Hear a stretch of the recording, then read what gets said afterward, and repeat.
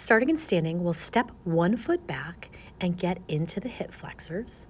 Let's first be mindful of those ribs stacking over the pelvis and then add that side body stretch, playing with the head and the neck position, even just moving through rotation to create some space. We can take 2 to 3 deep breaths, and then from here, we'll transition hamstring stretch, shifting the hips back.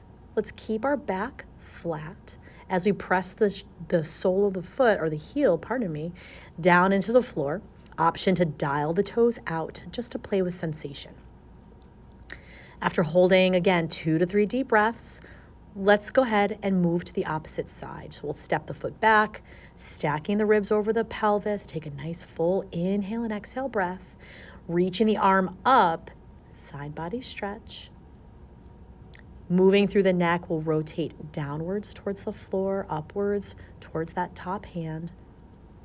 2 to 3 deep breaths here. And then moving into hamstring stretch. Back is flat, reaching both sitting bones back.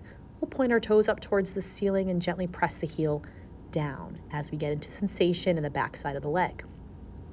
If you'd like to, again, dabble with that toe outwards shape, now's a great opportunity to do that as we work into a little bit of a different section of our hamstrings.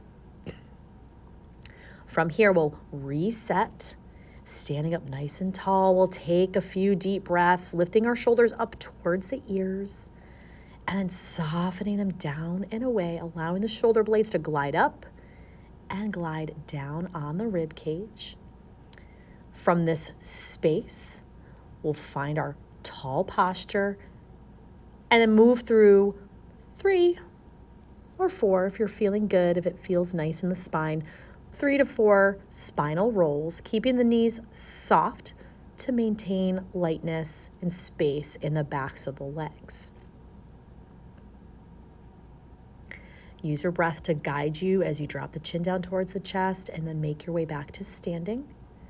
From this space, we'll make some space between the feet, bringing the arm across the body. We'll open and close through the hands. Wrist rolls, always available, and they feel really, really good, particularly if the forearms are a little bit tight from work. Switching towards the opposite side, we'll take the hand behind the back, dropping opposite ear down to the shoulder. We can get some rotation so that we can get into the levator muscle right in the neck, the anterior scalenes, the space where we get a lot of tightness. Drawing the opposite arm across the body, open and close the hands, wrist rolls, create lots of movement in the fingers and the wrist. And then from this position, we'll sweep the arm behind the back to get into the shoulder and the neck. Ear drops down to the shoulder, and then from here, get that rotation, the chin, the nose, the gaze, downwards and towards the floor. Breathing into the front side of the neck. And sometimes we'll even feel that stretch all the way up into the ear. Reset, interlace the fingertips, reach the palms forward, get some rounding in the upper back, and really focus your breath to expand the space between your shoulder blades. Reach it up, standing tall, power pose. So we'll spin those fingertips down towards the ground as we support the low back.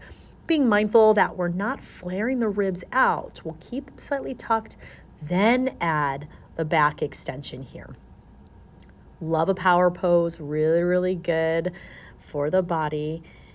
And we'll end, as we always do, with a few mindful and intentional breaths, hands to the low ribs, really focusing on expanding outwards, front to back, side to side, and filling up from the top to the bottom.